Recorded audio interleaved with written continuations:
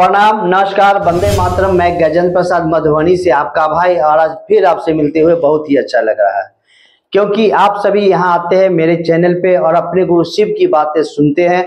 मैं सुनाता हूँ और कहीं कहीं मैं सुनता हूँ, आप सुनाते हैं। हम सभी जानते हैं कि साहब श्री ने हम सभी के लिए शिव शिष्यता को लेकर आए, लेकिन लाने में उन्हें क्या कष्ट हुई, परेशानी हुई, क्या झंझावात उनके जीवन में आए, ये हम सभी नहीं जानते हैं। इन सभी चीज़ों को जानने के लिए हमें पढ़ना चाहिए अनमिल आखर। जी हाँ, मैं भी पढ़ रहा हूँ अनमिल आखर, और उसी पढ़ने के क्रम में कुछ बातें मैं चाहता हूँ कि आपके समक्ष भी रखूँ। तो आज मैं जो बातें रखूँगा वो लगभग 1980 के दशक का है, जो 80 का दशक हम सभी के जीवन के लिए एक स्वर्णिम पल था, क्योंकि उसी दशक में साहब श्री हम लोगों को शिव गुरु के विषय में बताए। उन्होंने कहा कि शिव जगत गुरु है और आप भी शिव को गुरु मानकर अपने जीवन में परिणाम पा सकते हैं।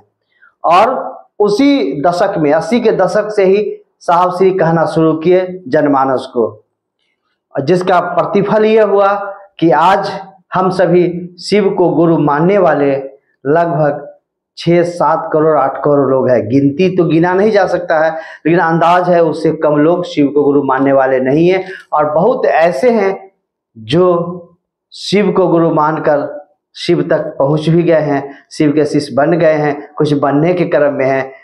ये कौन कितना आगे है, कौन कितना पीछे हैं, कौन शिव को गुरु मानकर शिष्य बन गए हैं, ये तो मैं नहीं कह सकता। बस इतना मैं जानता हूं कि अपनी अपनी जिम्मेवारी हम सभी लेकर के साहब श्री के बताए हुए मार्ग पे आगे बढ़ते चलेंगे, तो अपने अंदर से एक भाव आएगा कि मैं भी शिव का शिष्य हूँ। साहब श्री के विषय में जितनी बातें हम जानना चाहते हैं वो सारी बातें हमको मिलती है कहाँ, तो अनमिल आखर में। लेकिन आज हम जो बातें करेंगे वो आओ चले शिव की ओर से, आओ चले शिव की ओर साहब श्री के द्वारा लिखा गया एक पुस्तक ही नहीं, महाग्रंथ है, जो हम सभी को कोरोना काल में साहब श्री लिख करके दिए हैं। और साहब श्री इसमें शुरू के ही 3-4 पन्ना में जो उन्होंने अपने लिए लिखे हैं, उसी का कुछ अध्याय हम पढ़कर आपके पास सुनाएंगे। वो पूरी अध्याय नहीं, बस उसका 1-2 पन्ना ही मैं पढ़कर आपको बताऊंगा, क्योंकि बहुत ज़्यादा पढ़ूंगा तो समय अधिक लग जाएगा। इसलिए मैं चाहता हूं कि कुछ कुछ करके आपके पास विभिन्न समय में उपस्थित करता रहूं। तो आइए चलिए हम सभी देखते हैं कि साहब श्री आओ चले शिव की ओर में अपने लिए क्या लिखे हैं। ये पुस्तक है आओ चले शिव की ओर, और इसमें साहब श्री स्वयं अपने लिए लिखे हैं।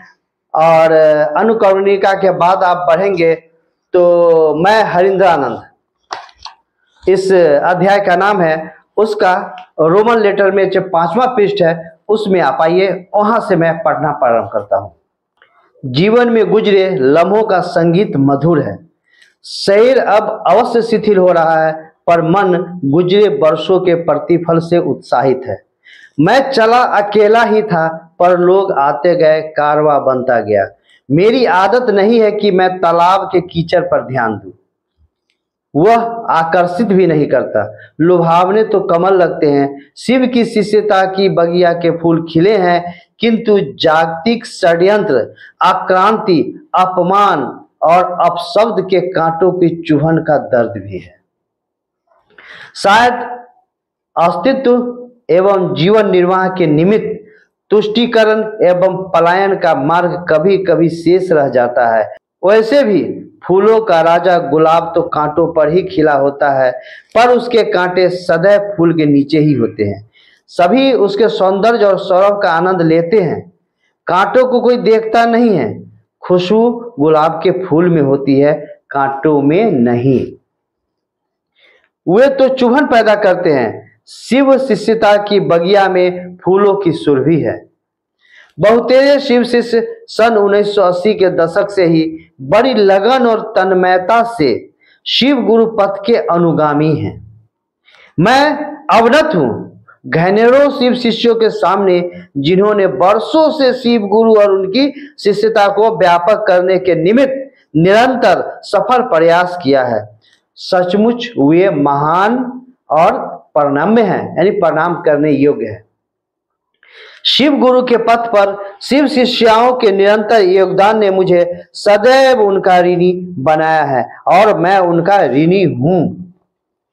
संकलन और लेखन में मेरी पुत्री अनुनीता ने अथक सहयोग दिया।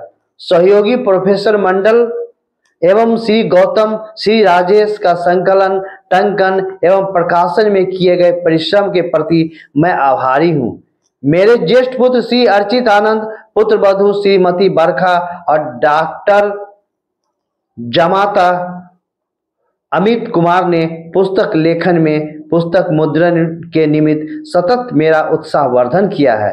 मेरी उनके प्रति कृतज्ञता संप्रेषित है। पुस्तक में प्रस्तुत आलेख बुद्धिजनित प्रतीत होंगे, परंतु शिव सत्ता को तो व्यक्ति के बोधि में जाना होगा। शिव का गुरु होना बोधात्मक है, बागात्मक नहीं। वह गुरु सत्ता बुद्धिजनित विचारों को बोधि में रूपांतरित करती है। मस्तिष्क में उत्पन्न विचार भाव रूप लेकर हृदय का पक्ष बनते हैं। यहीं से आरंभ होता है समझ का सृजन, जिसे अध्यात्म में ज्ञान कहा जाता है। शिव स्वयं ज्ञान और विद्या के तीर्थ हैं। विद्या तीर्थ महेश्वर। मैं नहीं जानता संसार की दिशा दशा शिव के बगैर कैसी होगी, पर यह मुझे अनुभूत है कि शिव के साथ यह सृष्टि मानवता सबल होगी, सक्षम होगी, सुभाषित होगी। अस्तु, आओ चले शिव की ओर। सभी को मेरा प्रणाम। नीचे साहब श्री का हस्ताक्षर है। तो इस तरह हम सभी ने देखा, साहब श्री की बातों को सुना। बस यही आग्रह और निवेदन कि साहब श्री जिस दुख और दर्द से हम सभी के लिए शिव विशिष्टता लाए हैं, उस मार्ग पे हम सभी मिलकर आगे चले, नए लोगों को आगे बढ़ावे, उसके पीछे हम सभी भी चले और चलते चलते साहब का जो कथन है, आओ चले शिव की ओर, शिव तक पहुंचने का प्रयास करें। फिर मिलते हैं किसी अन्य वीडियो में। तब तक आप सभी को प्रणाम, नमस्कार, वंदे मातरम।